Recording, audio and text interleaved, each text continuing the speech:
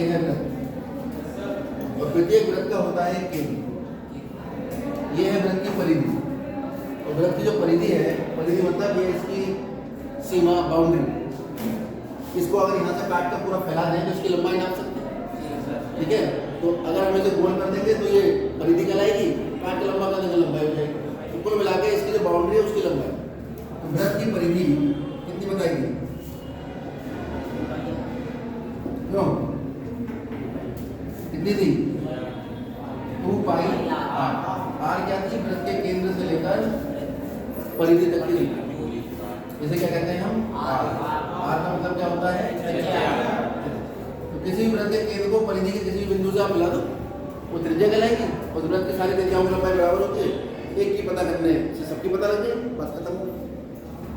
और वैसे भी व्रत का निर्माण होता ही तब जब हम एक निश्चित दूरी लेते हैं, उसे त्रिज्या कहते हैं। बनाते प्रकार में दूरी बनते हैं, कई तरह के घुमा देते हैं, दूरी को बदलते तो नहीं है ना, बदले वो तो व्रत ही नहीं बनेगा।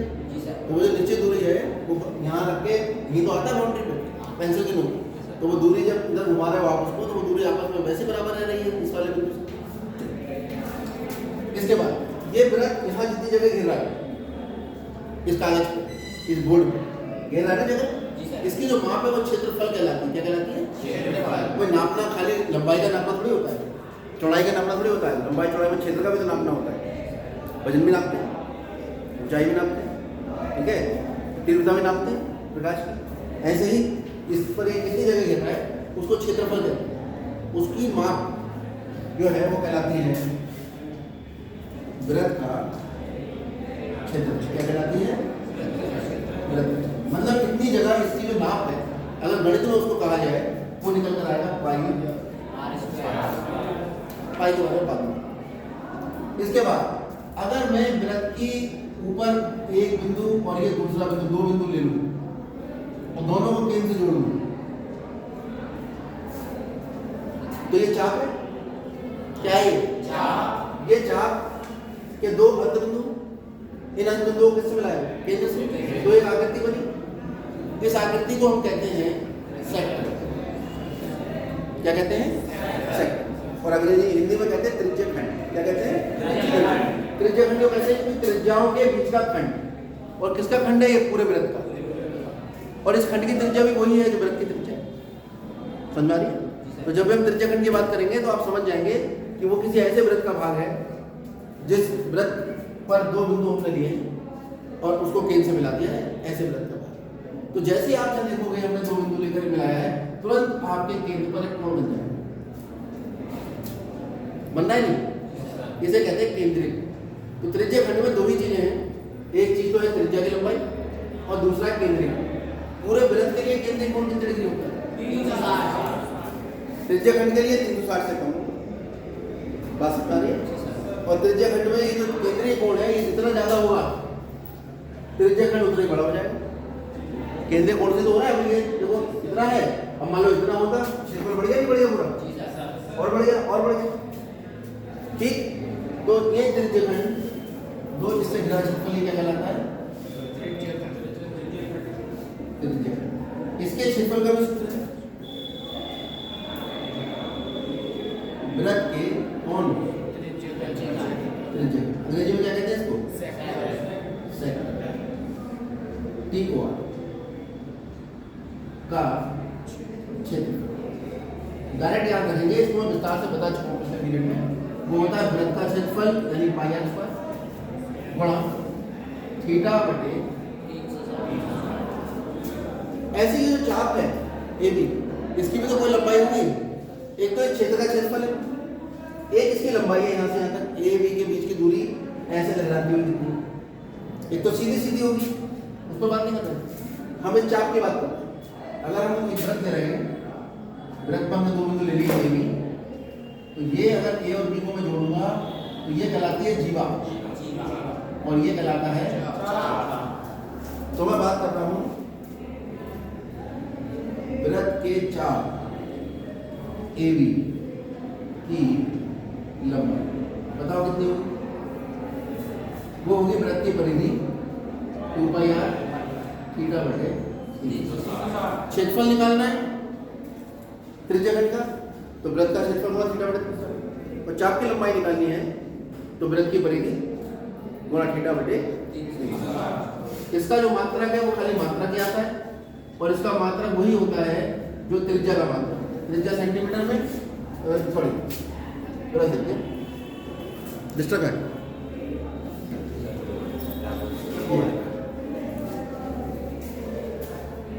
क्षेत्रफल का मात्रक हमेशा होता है वर्ग मात्रक, ठीक।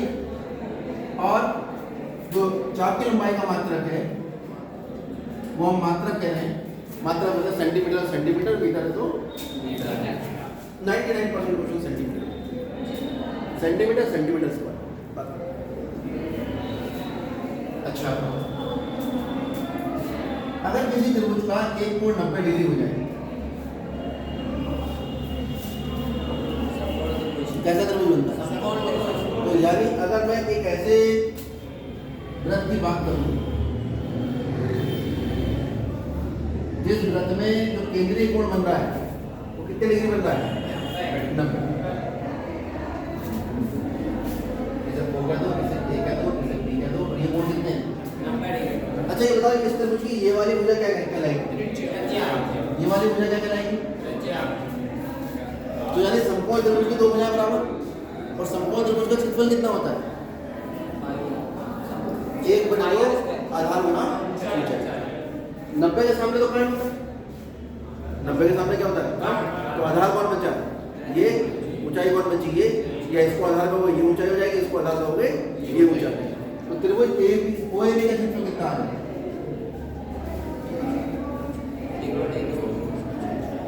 वो आ जाएगा 1/2 आर गुणा आर, यानी 1/2 आर।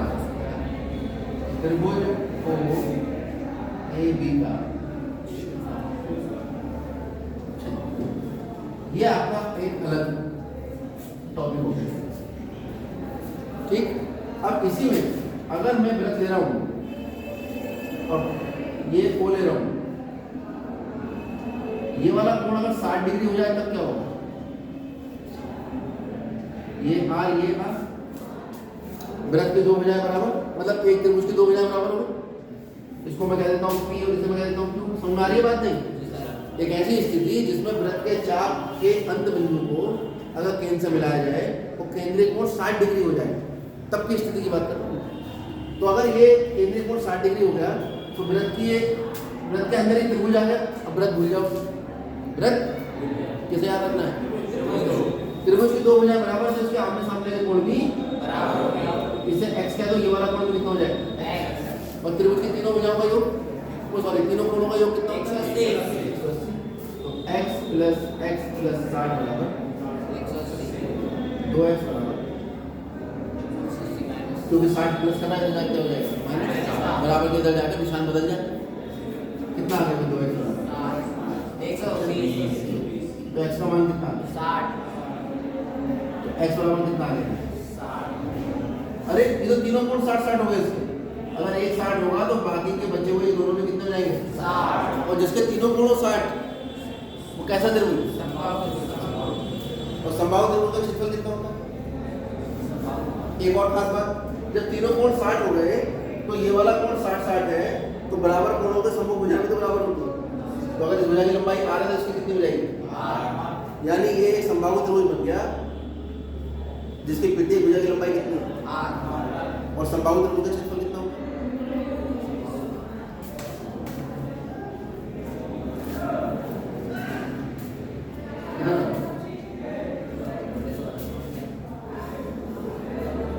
भूल गए? समबाहु त्रिभुज क्या नाम है इसका? OPQ का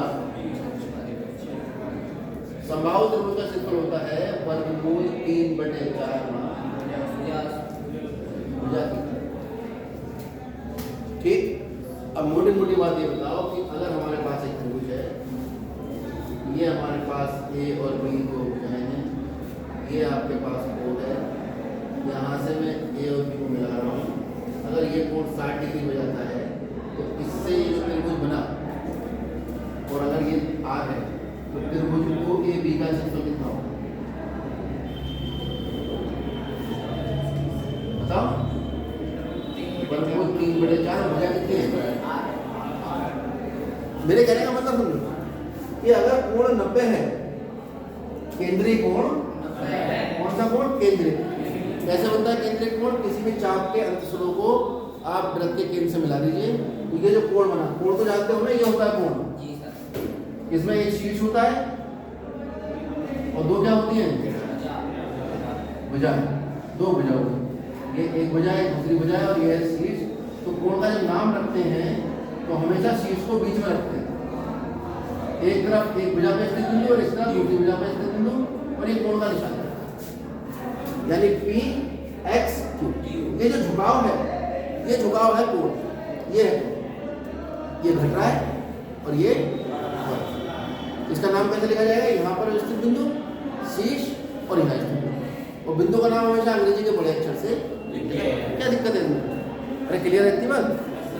चलिए, तो आप समझ गए कि अगर कोण 90 डिग्री है तो त्रिभुज का क्षेत्रफल जो बनेगा जीवा के साथ, जीवा और त्रिज्या के साथ में त्रिभुज बनेगा, उसका क्षेत्रफल होगा 1/2 r। कोण 60 है तो कितना बनेगा? ठीक। अब एक बात ध्यान रखो, किसी वृत्त के जीवा और चाप के बीच का जो क्षेत्र है उसे हम कहते हैं सेगमेंट। हिंदी है इसकी वृत्त, यानी ये है वृत्त, ये है जीवा, और इस जीवा और वृत्त के चाप के बीच का जो क्षेत्र है ये वृत्तखंड कहलाता है। दो वृत्तखंड बने, एक नीचे वाला और एक ऊपर वाला। नीचे वाले को कहते हैं लघु वृत्त। यहाँ पर भी इसके अंतःश्रेय होंगे, यहाँ पर भी केंद्र होगा, और जैसे ही केंद्र से मैं इस चाप के या जीवा के अंत बिंदु को मिलाऊंगा तुरंत कोण बनेगा। उसका नाम क्या रखूंगा? ठीक। तो अगर मैं कहूं वृत्तखंड का क्षेत्रफल, तो वृत्तखंड कैसे बन रहा है? पूरे त्रिज्यखंड में से, ये त्रिज्यखंड है, इस त्रिज्यखंड में से ये त्रिभुज निकाल दो। त्रिज्यखंड में से त्रिभुज निकाल दो तो क्या दिखेगा? तो बन गया वृत्तखंड का फॉर्मूला। अगर आपसे हम कहें वृत्तखंड का क्षेत्रफल,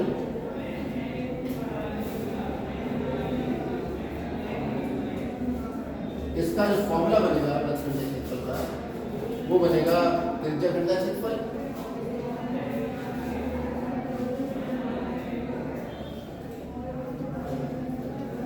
माइनस जो जीवा के साथ त्रिभुज बन रहा होगा, त्रिभुज OAB का क्षेत्रफल। और त्रिभुज OAB का क्षेत्रफल कैसे निकलेगा? वो निर्भर करेगा हमें कोण क्या दिया है। अगर 90 दिया तो त्रिभुज का क्षेत्रफल 1/2 r² होगा, और 60 दिया है तो त्रिभुज का क्षेत्रफल वर्गमूल 3/4 r। समझ में बात? या अगर मान लो आपको कुछ समझ में नहीं आ रहा, ये समझ में नहीं आ रहा, ये समझ में नहीं आ रहा, तो ये डायरेक्ट फॉर्मूला याद रखिए। वृत्तखंड का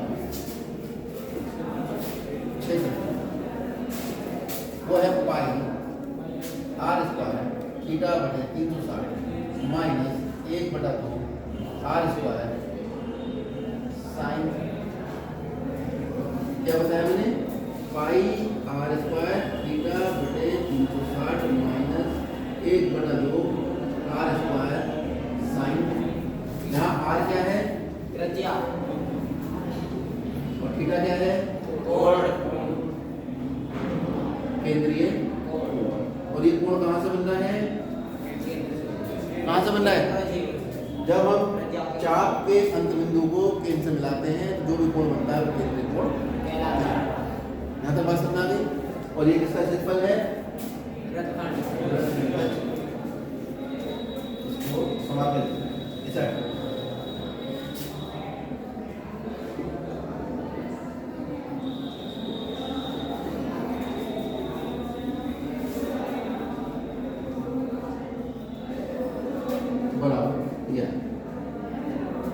जगह समय इसलिए मैंने इधर लिखा है, आप पूरे में लिख लीजिए।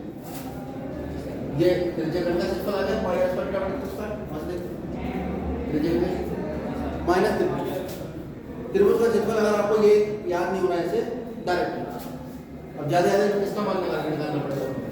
साइन 60 कितना होता है? अंडर रूट 3/4 आ जाएगा ना 1/2 अंडर रूट 3/4 आगे। अगर साइन 90 निकालोगे तो कितना आएगा? 1 तो साइन थीटा का मान 90 रखो 1/2 r स्क्वायर पता है 1/2 r स्क्वायर और थीटा का मान 45 हो तो 1/2 क्लियर हो गई बात? फटाफट